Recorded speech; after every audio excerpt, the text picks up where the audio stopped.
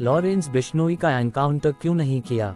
Gangster को 5 बार गिरफ्तार करने वाले पूर्व इंस्पेक्टर ने खोले एक राज। तो दोस्तों, आप लोगों को सुनाते हैं आज पूरी कहानी। तो हेलो दोस्तों, नमस्कार। वर्ल्ड क्राइम स्टोरी 53 में आप सभी का स्वागत है। तो दोस्तों, आप लोगों को पता ही है कि पंजाबी सिंगर सिद्धू मूसेवाला की हत्या और बॉलीवुड अभिनेता सलमान खान को जान से मारने की धमकी देने वाला गैंगस्टर लॉरेंस बिश्नोई महाराष्ट्र में एनसीपी नेता बाबा सिद्दीकी के हत्या के बाद से सुर्खियों में बना हुआ है। इन दिनों उसके गिरोह का दबदबा पंजाब के म्यूजिक इंडस्ट्री से लेकर मुंबई की गलियों तक फैल चुका है। ऐसे में लॉरेंस बिश्नोई अब भारत के सबसे कुख्यात गैंगस्टरों में से एक बन गया है। इस बीच एक्सक्लूसिव इंटरव्यू में लॉरेंस बिश्नोई को 5 बार गिरफ्तार करने वाले चंडीगढ़ के पूर्व इंस्पेक्टर अमनजोत सिंह ने कई खुलासे किए हैं। उन्होंने बताया कि लॉरेंस बिश्नोई, जो कभी कॉलेज का छात्र था और कैंपस राजनीति में शामिल था, वह आज इतना बड़ा गैंगस्टर कैसे बन गया। दरअसल बिश्नोई का क्राइम की दुनिया में आना कैंपस राजनीति से शुरू हुआ, लेकिन पिछले कुछ सालों में उसने न सिर्फ गिरोह के संचालन का विस्तार किया, बल्कि क्रूर हत्याओं से लेकर जबरन वसूली, रैकेट और हथियारों की तस्करी के पीछे मास्टरमाइंड की भूमिका भी निभाए। तो दोस्तों, पूर्व इंस्पेक्टर अमनजोत सिंह क्या क्या कहे और क्या क्या बताएं, इसके बारे में विस्तार से जानते हैं।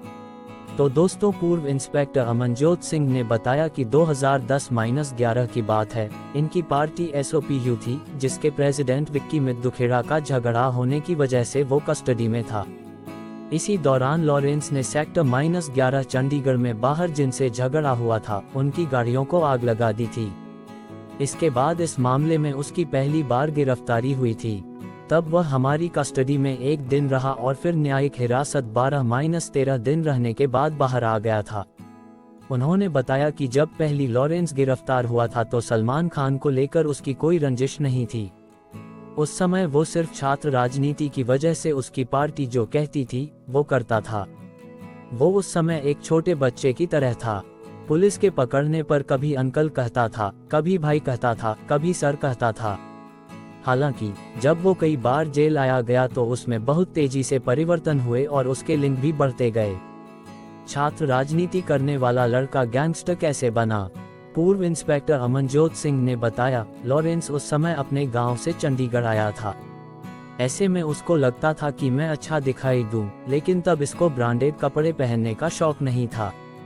वहीं जब ये 5वीं-6ठी बार अरेस्ट हुआ तो इसके कपड़ों में थोड़ा बदलाव आना शुरू हो गया था। लॉरेंस जब बार बार जेल जाता रहा तो जेल में कुछ ऐसे कैदी थे जिन्होंने बहुत बड़े बड़े क्राइम कर रखे थे। अमनजोत सिंह ने आगे बताया, उनको लगा कि इस लड़के में कुछ बात है। उस समय ये लगातार 5-6 बार जेल जा चुका था, तो उन्होंने इसको यूज करना शुरू कर दिया। उन्होंने इसको अपने ग्रुप में ले लिया, क्योंकि उन्हें पता था कि ये छोटे केस में अंदर आया है, इसके बेल तो हो ही जाएगी। इसके बाद वो लोग इसे छोटे मोटे काम देने लग गए, जिससे इसका रुतबा बाहर बढ़ने लगा। तो दोस्तों, फिर पूर्व इंस्पेक्टर ने बताया कि लॉरेंस जब जेल में गया तो इसकी रंजीत सिंह डुपला से मुलाकात हुई। रंजीत उस समय जसविंदर सिंह रॉकी का करीबी था। उसी ने इसकी मुलाकात रॉकी से करवाई थी। रॉकी मुख्तार अंसारी ग्रुप के साथ जुड़ा हुआ था और बड़ा गैंगस्टर था। इसके बाद रॉकी ने लॉरेंस को अपने साथ ले लिया। उन्होंने बताया कि रॉकी फिरोजपुर के फाजिल्का का रहने वाला था और लॉरेंस अबोहर का रहने वाला था। ऐसे में गांव आसपास होने की वजह से दोनों क्लोज हो गए। इसी दौरान लॉरेंस ने क्राइम की दुनिया को नज़दीक से समझा और आगे बढ़ता चला गया। इसके बाद जसविंदर सिंह रॉकी फाजिल्का को उसने अपना गुरु बना लिया। फिर उसके बाद पूर्व इंस्पेक्टर ने बताया कि गोल्डी बरार से लॉरेंस का कोई लेना देना नहीं था। वो पंजाब यूनिवर्सिटी का स्टूडेंट था। ये सारे एक साथ थे। गुरुलाल गोल्डी का कजिन था, तो जब गुरुलाल का मर्डर हुआ तब गोल्डी उसका बदला लेने के लिए सामने आया। लॉरेंस को गोल्डी पहले से जानता था और फिर दोनों मिल गए। इस तरह ये लोग स्टूडेंट पॉलिटिक्स से गैंगस्टर बने और फिर वापस नहीं लौटे। दोस्तों, अपनों को बता दे लॉरेंस को जीवन में क्या बनना चाहता था, आइए जानते हैं। तो दोस्तों, अमनजोत सिंह ने बताया कि शुरू में तो वो कुछ भी नहीं था, एक सीधा सादा लड़का था। लेकिन लॉरेंस जब 5वीं-6ठी बार अरेस्ट हुआ तो उसने ये बात कहनी जरूर शुरू कर दी थी कि देखना, अब मुझे 7-8 राज्यों की पुलिस मुझे ढूंढा करेगी। उन्होंने बताया कि रंजीत सिंह दुपला ही शुरुआती दिनों में लॉरेंस को हथियारों की सप्लाई किया करता था। हालांकि अब रंजीत भागकर अमेरिका जा चुका है। अब कई लोग ये भी बोल रहे हैं, क्या कभी मन में लॉरेंस के एनकाउंटर का सवाल आया? तो जवाब दिया गया है, जरा गौर से सुनिए। पूर्व इंस्पेक्टर ने कहा कि हमारे पुलिस डिपार्टमेंट की कुछ लिमिटेशन होती है, हमें कानून के दायरे में रहकर काम करना होता है। वो दायरा क्या है कि किसी बंदे ने कोई क्राइम किया तो हमने उसे जेल में भेज दिया। अब उसके बाद सुप्रीम कोर्ट है, लेकिन उनका भी एक दायरा है, वो भी फांसी नहीं दे सकते क्योंकि स्टेट में एक कानून चलता है। हमने अपना काम कर दिया, हमें किसी की जान लेने का अधिकार नहीं है।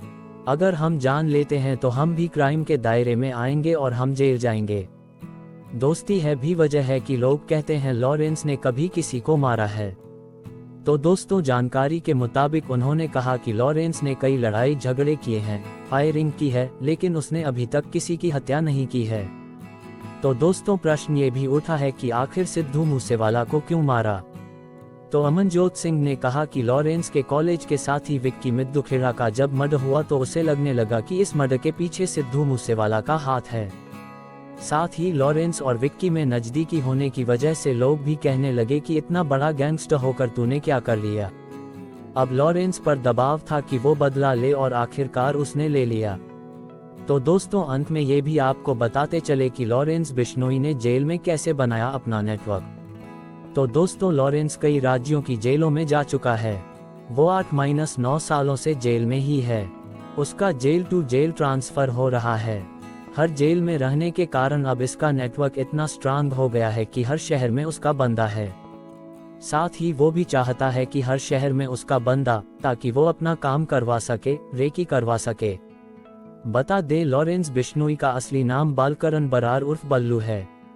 लॉरेंस का जन्म पंजाब के फिरोजपुर में 12 फरवरी 1990 को हुआ था। उसके पिता पंजाब पुलिस में थे। तो दोस्तों, ये थी लॉरेंस बिश्नोई से जुड़ी कुछ वारदात और मर्डर से जुड़ी जानकारी। तो दोस्तों, फिर मिलते किसी नेक्स्ट वीडियो में। तब तक के लिए हमारे चैनल को सब्सक्राइब करें, लाइक करें, शेयर करें। धन्यवाद। आपका दिन शुभ हो।